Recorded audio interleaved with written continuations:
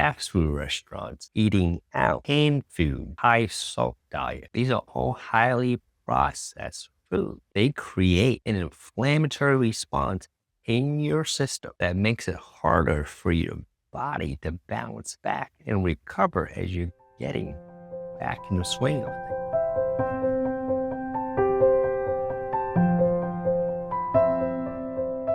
Hey, it's Dr. Lin with Empowerment Physical Therapy, and today I want to share with you a principle that we've educated our current patients on how to accelerate their recovery. One of the things that most people don't look at is food. Are you eating?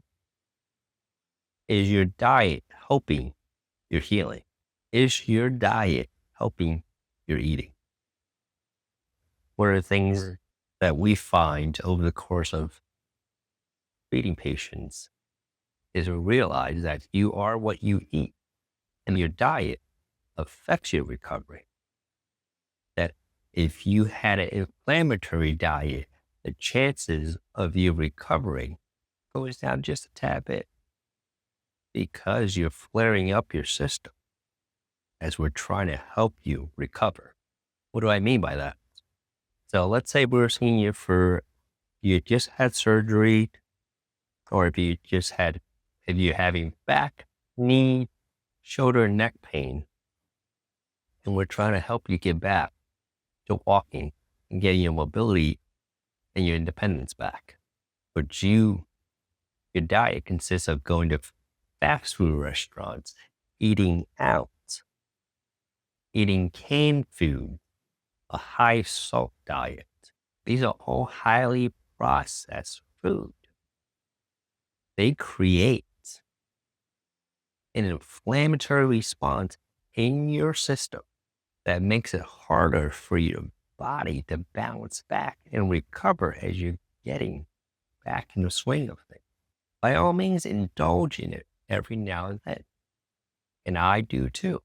When I go on vacations, I'll sometimes have some fast food and indulge in that a little bit. I'll have McDonald's, but I don't indulge in it on a regular basis. That's not part of my diet. So when you ingest highly processed food or canned foods on a regular basis, it makes it harder for your body to recover. It's kind of like putting one extra hurdle for your body to recover on top of what you've got going on. That's what it does. We're seeing an Indian lady for her hip, back, knees.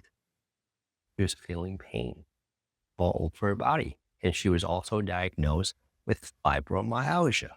That's what she was dealing with. And as we were triaging and getting her back to where she needs to be, her level of pain never really came down to a level that we wanted her to have, or the level that she wanted. And although she was pleased with the kind of service that she had gotten, one of her friends recommended something to her. And this was over a conversation with her when I had checked in on her to see how she's doing after she's graduated with us. And one of her friends recommended that she take gluten off. And she slowly started doing that. She started cutting off glutens in her diet. Slowly. Not all at once, but slowly. And she realized that she was in less pain. Her pain level has gone down. And it clicked for her that gluten was flaring up her system. That's why she was in more pain than she should have been given the injury that she sustained. She had a chronic issue.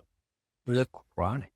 And she started to invest more in what she's putting in her body to deal with the chronic pain and fibromyalgia.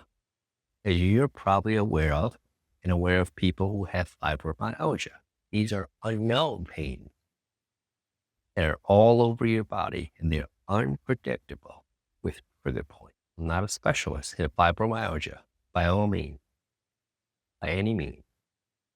But from that conversation, she realized, and that she's been doing it for quite some time, that by removing gluten in her diet, that she was actually helping her pain because that was creating an inflammatory response in her system anytime she had gluten. So she started cutting down rice out of her wheat, bread that were gluten. That's how powerful it is. You are what you eat. For someone who has had surgery, and if you're eating highly processed food, your body has to process that food first before it gets to that injury site. Food can be used as a medicine. You're either helping or not.